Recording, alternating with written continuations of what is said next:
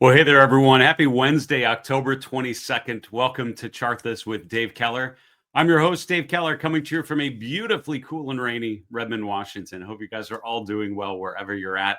Kind of a choppy day here for the major equity averages, selling off out of the open, making a low around 2 p.m. Eastern. Decent rally into the close, bringing the S&P back to around 6,700.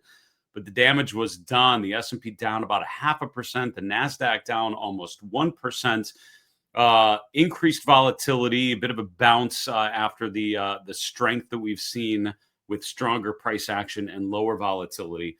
Netflix getting absolutely crushed after their earnings release here with a what they describe as a big one-time item related to their business in Brazil. The Netflix down about 10%. Related to that news, finished near the lows of the day. What concerns me more than Netflix being down a ton based on that is the fact that there's a lot of distribution signs, particularly divergences, especially in some of those names that have been working so well. So we're going to talk about aerospace names. We're going to talk about semiconductors and look at some of the charts that tell us maybe the story of what's happening underneath the hood of these markets. Thank you all so much for tuning in on our YouTube channel and elsewhere. Please use the comment section on our YouTube channel for any questions. If the charts I'm showing you make you feel like asking a question, if there's something that's unclear, if there's a ticker or approach or question that comes to mind as we go through the charts, please let me know. Always makes the show interesting, and would welcome the opportunity to answer your questions if the opportunity presents itself. All right, so looking at the major equity averages here, we can see the S&P down 0.5%. Again, it was down a lot more, around 66.60. Did rally in the last 2 hours of trading, but still down about 0.5% for the day at 6,700. The NASDAQ Composite down even more, down 0.9%. Mid caps and small caps all feeling the pain today. Volatility, one of the only things really in the green today. Now, the VIX did spike briefly above 20. And if that rings a bell, it's because we talk about it often. That's sort of that threshold between a low volatility environment and a high volatility environment. VIX above 20 means investors are getting fearful, means investors are getting nervous, and that's being reflected in the options market, pricing and basically greater volatility for the S&P 500 itself. At the 2 p.m. low, the VIX is around 21. By the 4 p.m. close, down just below 19. This continues to be, I would argue, a very important chart to watch. VIX sustaining a move above 20 would be a very dangerous sign, given the fact that the market certainly felt like it's experienced a change of character here in the month of October. A lot of choppiness, a lot of support levels being tested, a lot of moving averages being tested. VIX holding 20 would be a very encouraging sign if it would be able to do so. Kind of a quiet day bond-wise, I would say, right? Bond prices chopped around a little bit. At the end of the day, the TLT was basically flat for the day. The mid to far long end of the yield curve generally drifted lower today. The dollar slightly lower, but not a huge directional move in that space. The commodity markets kind of noisy, particularly in the energy space. You can see that crude oil was up pretty big today. The USO, which is a crude oil ETF that we track, up about 3.5%.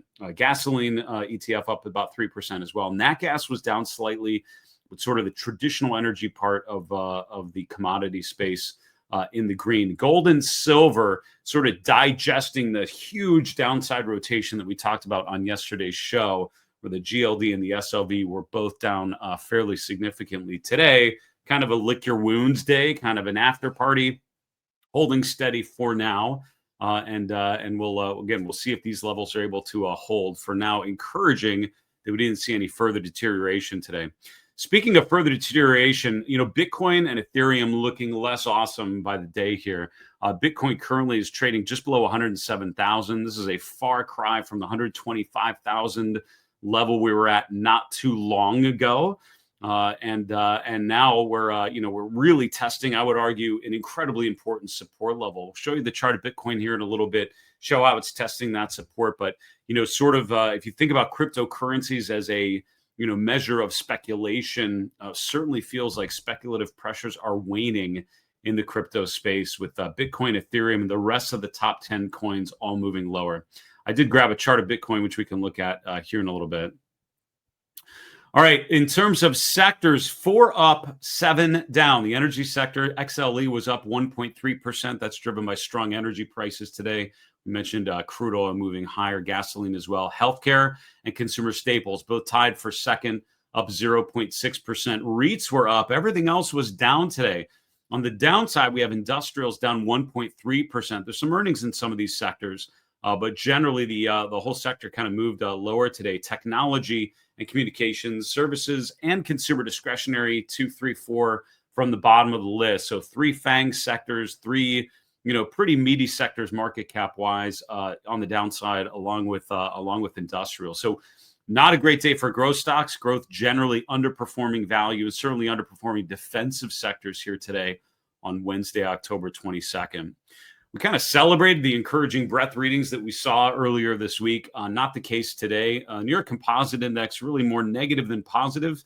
You see 56% of the NYSE index down today versus 41% advancers. On the S&P, 60% down, 39% up. So, again, not a horrible down day with breadth, but certainly not an encouraging day. And again, these breadth indicators are helpful because they help you understand just sort of the complexion of the market, right? Analyzing the chart of the S&P or the NASDAQ gives you a very kind of high level, top down, growth oriented assessment of market conditions. But breadth readings like this tell you more about all the other stuff because they're equal weighted measures of performance. All right, let's talk about the Magnificent Seven and Friends, this group of leading growth stocks. Where your eyes may be drawn to the very bottom of the list, so let's go there.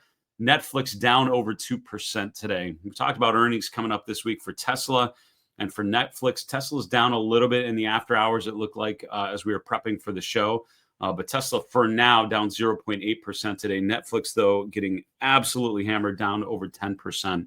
Certainly changes the complexion of the chart. The chart was hanging in there, testing support. That support did not hold. We'll look at the chart and talk about some further implications of today's deterioration. Amazon actively testing the 200-day moving average. For now, down another 1.8%. Apple down 1.6% as well.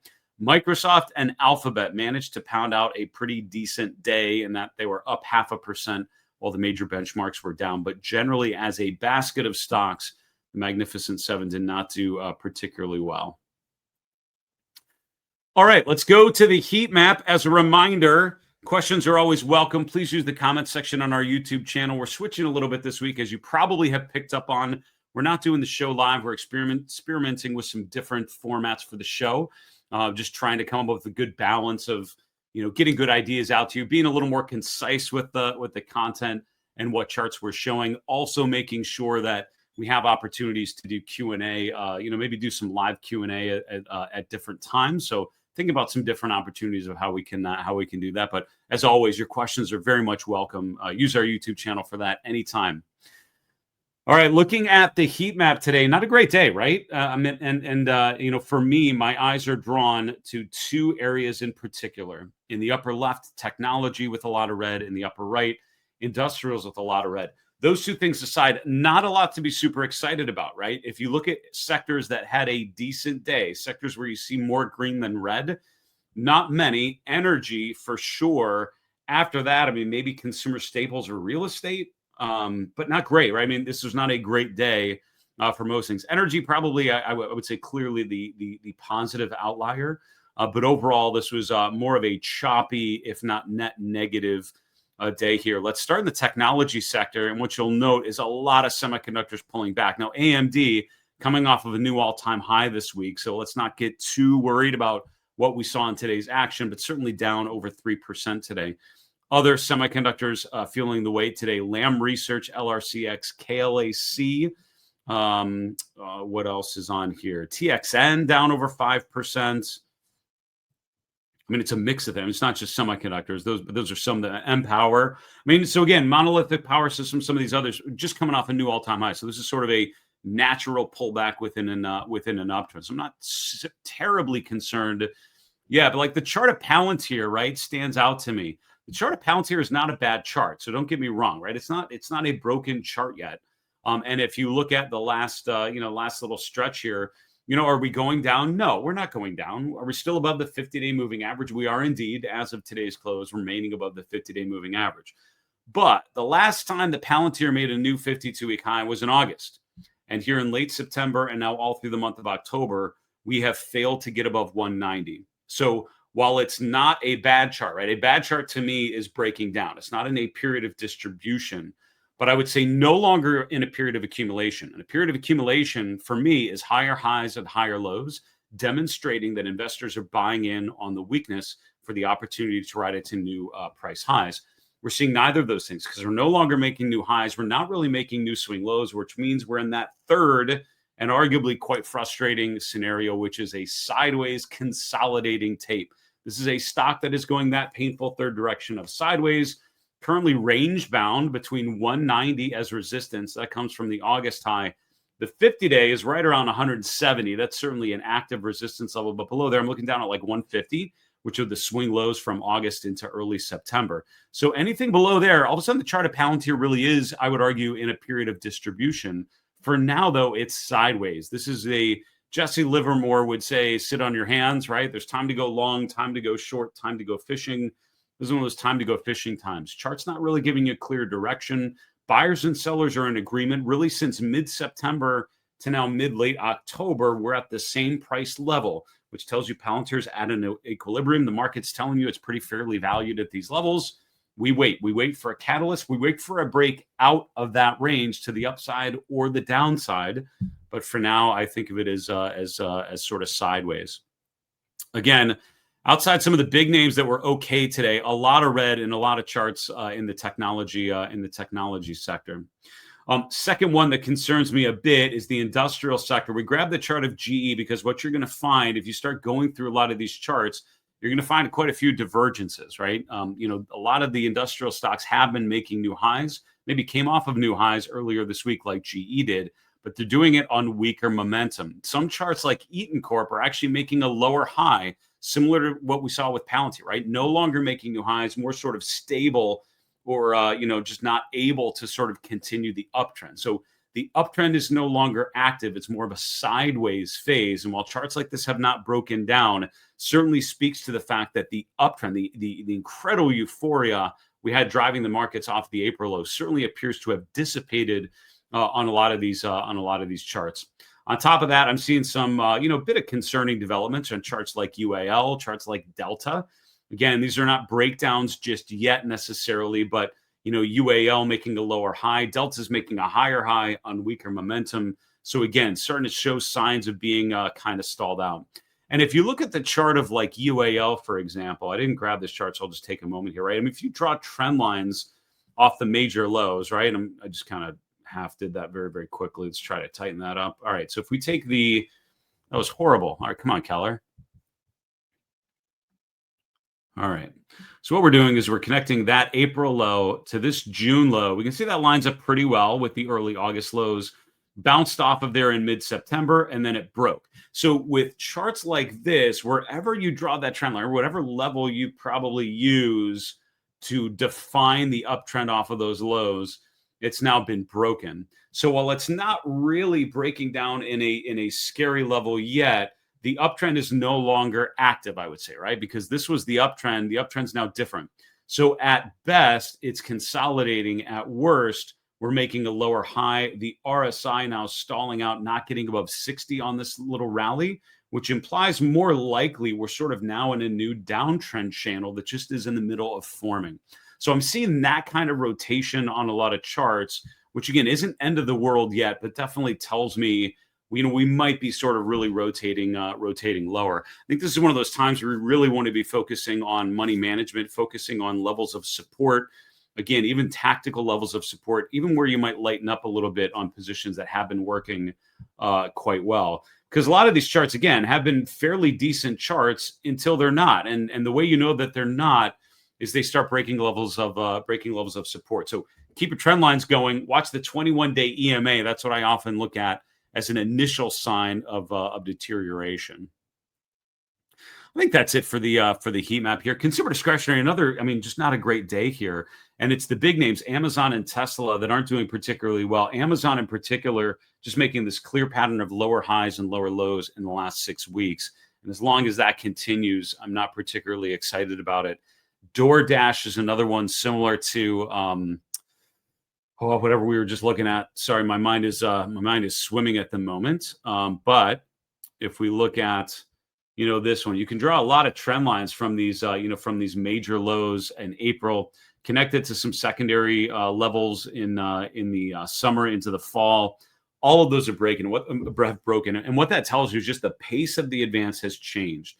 When we talk about a change of character, the reason why trend lines can be so helpful, I don't think trend lines are the best trading system I could come up with, but as a visual representation of the pace of the advance, they're really, really helpful. So to digress quickly on trend lines, using a semi-log scale chart, right, or what's called a logarithmic scale, that means the y-axis has equal treatment for the same percentage. So 1% has the same distance all the way up and down the y-axis.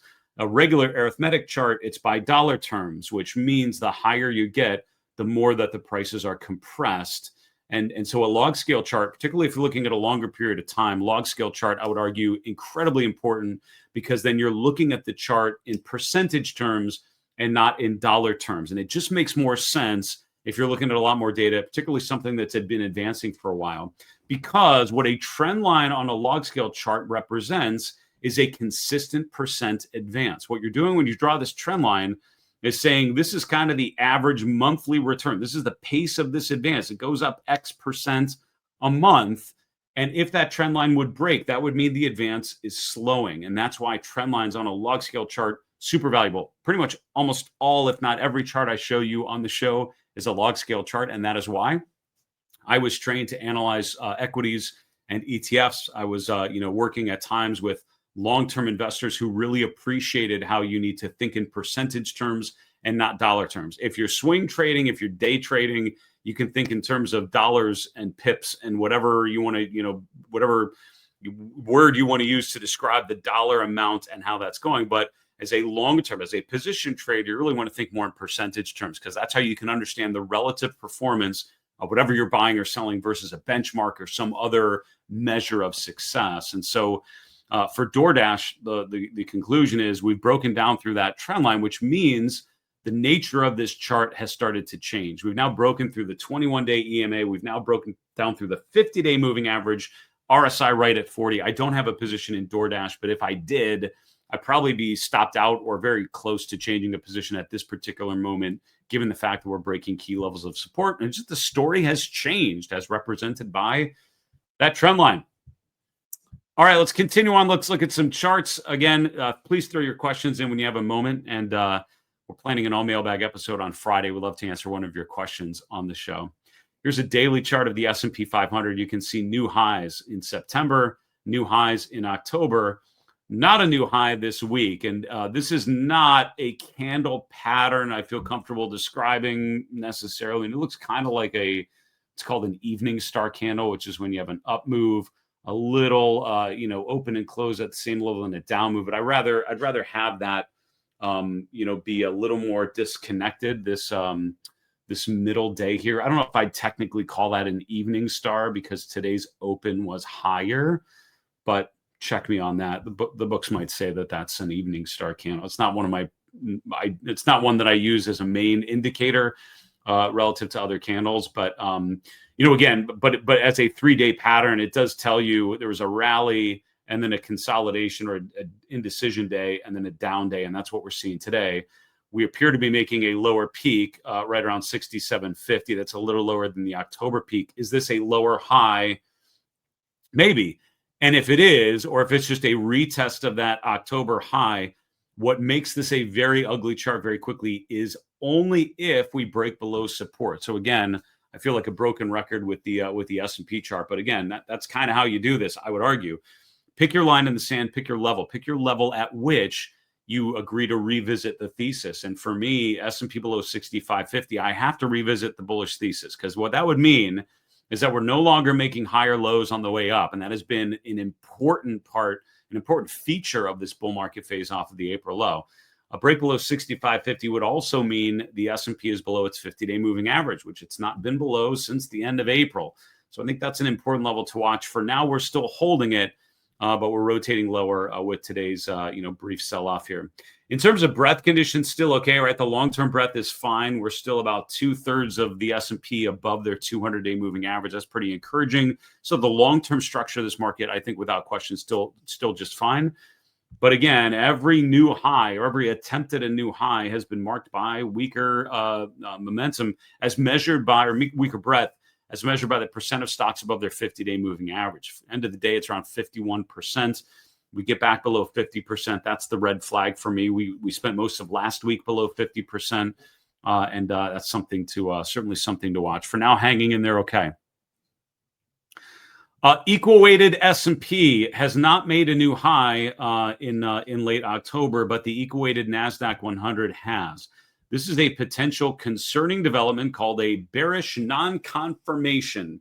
A little too early to declare if that's the case. I think we'd have to pull back a little bit more through the remainder of this week to validate that pattern. But a divergence is when one of these makes new highs and the other one does not. Most recently in August, late August, we had the equal-weighted S&P making a new high and the equal-weighted NASDAQ not confirming it. Here in October, we have basically the opposite. The equal-weighted NASDAQ has made a new high in this week. The equal-weighted S&P has not. If we would sell off from here and if it would be confirmed, that would be the third bearish non-confirmation we've had since the April low. Now, it's worth noting we had one of these in June. It didn't hold because eventually both of these ended up breaking out, making new highs. That's built into this. Is if they both make new highs, it says nope, the divergence isn't an issue. We're going up. Same thing happened July into August, but then September, both of them made new highs, which basically said the divergence is fine. We're still in a period of accumulation. But once again, we kind of have this warning sign firing. We'll have to monitor to see if we break down from here. Looking briefly at some other charts, some non-equity charts. Here we have the chart of crude oil. If you look at where the crude oil has bounced off around $56 a barrel and change, look to the left on the chart. That lines up pretty well with the April and May low. You have to be a little careful with commodities, particularly if you're looking at futures, because commodities, roll over depending on how you, create a continuous series, right? Because this is basically chaining together all of these active contracts going back. So like every quarter, it's a different contract that this particular data series is using. And depending on how you adjust the prices of those contracts, support and resistance going back months and months, a lot of times isn't as meaningful as you think it might be. So I think it's worth noting. Is it the most important thing I'm going to tell you about? No. But again, I think what is important is the fact that we're bouncing higher today. Crude oil prices have been in a pretty significant downtrend for quite some time. We've highlighted before this, kind of common pattern. And going back in 2024, this happened a bunch of times. You'd have a big down leg and then an upswing that would stall out between 38.2% and 50% of the previous sell-off. We saw that here. We highlighted it again here. It did happen here for a while before we eventually broke higher in June of this year. But here in August, we sort of stalled out there. And again, you can see that's where we basically ended up. We've now made another new low, and now we've rallied, which means upside target 60 to 61.50-ish would kind of be in this general range. That's where previous counter trend rallies have stalled out. So the way that I think about this, if the price stalls out here, that just further validates this general bearish structure that we've seen with crude oil prices. Crude oil has had these sudden spurts higher, but they've all stalled out here recently. Most recently in August and September, we had a number of just brief upswings that never really gained momentum above that initial Fibonacci resistance level. That's just above $60 a barrel, which is pretty much where we were today. So around 60.15 to 61.35. Those are the actual numbers that we're showing here as a potential upside target in crude oil. I'm still not a believer in crude oil prices until we see a lot more accumulation signs, until we start breaking above moving averages, until the MACD signal gives a buy, or MACD indicator gives a buy signal. Those are all things that would help validate an uptrend. We're still waiting. We highlighted on yesterday's show, gold selling off, obviously GLD made a new all-time high on Monday closed above $400 a share for the first time. Yesterday, big gap lower, closing around 377. We opened lower today. We traded down just below the 21-day EMA, but buyers came in and pushed the GLD back toward the highs of the day. It closed right almost exactly at yesterday's close. I'm talking 4 cents away from Tuesday's close. I would consider that a very encouraging sign. The fact that we traded down to the 21-day EMA but did not close below it, the fact that buyers came in on that weakness and propelled the GLD back up to yesterday's close certainly suggests we're still in a period of accumulation. Looks like dip buyers for now. So if there's enough of that demand, price keeps going higher. All right, here's the chart of Bitcoin selling off again today. As of this moment, we are back below the 200-day moving average. We've spent the last week, much of it below the 200-day. We had another test of the 200-day last week. It did bounce off of that, but now we're back below there. For me, I'm watching that 104,000 level. Breaking the 200-day is not a good thing. Don't get me wrong. I would not put that in the positive category. I would put that in a reason to be concerned.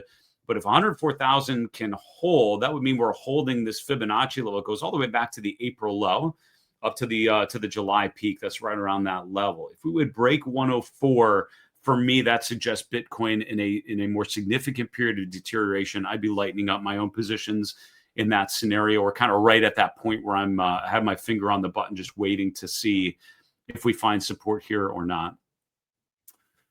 Apple, just wanted to highlight this candle pattern. And again, it's sort of a, it's like an evening star candle pattern. It's not my favorite example of that because what you'd really want is some space between the up day and this little candle. You want that to be a little bit higher to be kind of a classic textbook version of it, but certainly speaks to a 3-day rotation. An up day, what you have to at least call a shooting star candle, and then a down day today. So the idea of that 3-candle pattern, right?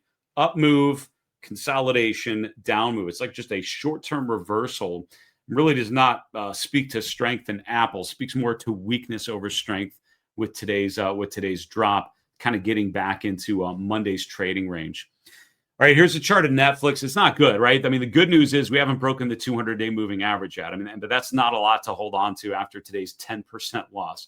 What we talked about going into earnings this week was Netflix was testing a key support level.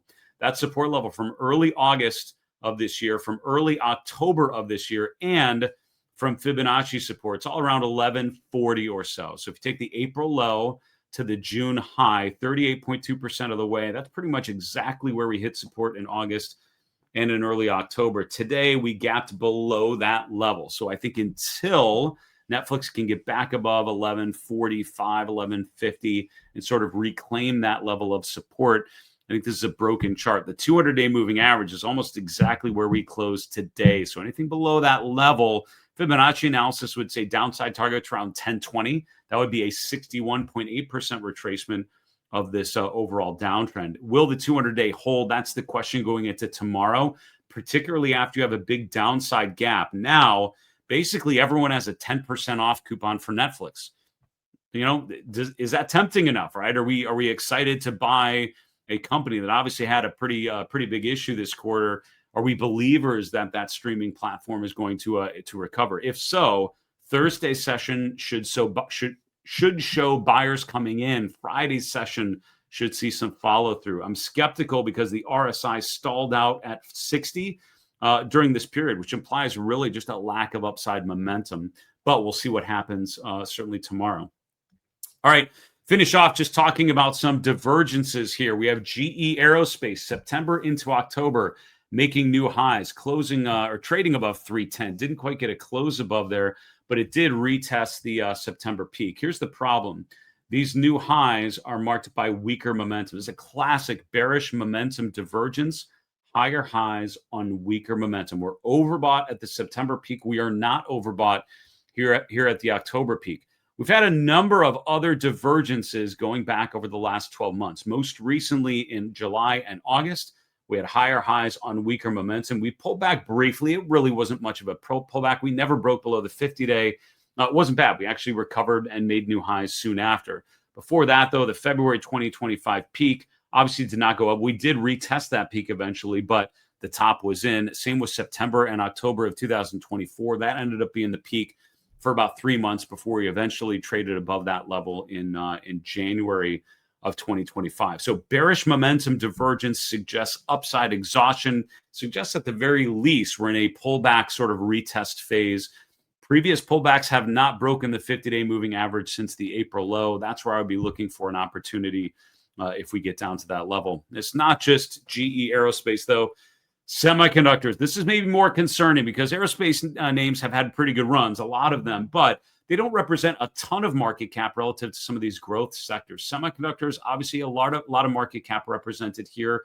A lot of big Mag 7 types of names and other stocks that you've probably been following. These have benefited greatly from the euphoria around the AI trade.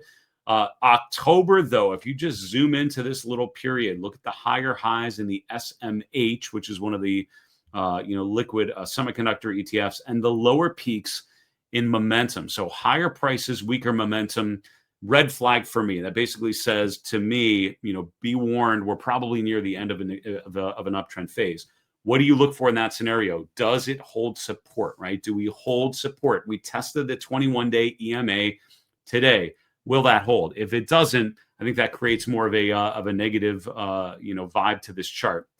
The most recent consolidation in July and August, what really wasn't a price correction, it was more of a time correction. Remember, charts can correct in one of two ways. They can correct in price, which means we lose value in a relatively short period of time, or it can be more of a time correction where we just go sideways on the chart. What you have to remember is the way moving averages work is if you had a good run and then you just go sideways, the moving averages kind of catch up to the price. And that can often represent a really interesting opportunity, because then if we bounce off of there and emerge from that base, now we have sort of worked through some of that supply. We've set the stage for a new period of accumulation. That would be the ideal scenario here with SMH. A sideways correction that hits the 50-day moving average gives us another new buying opportunity.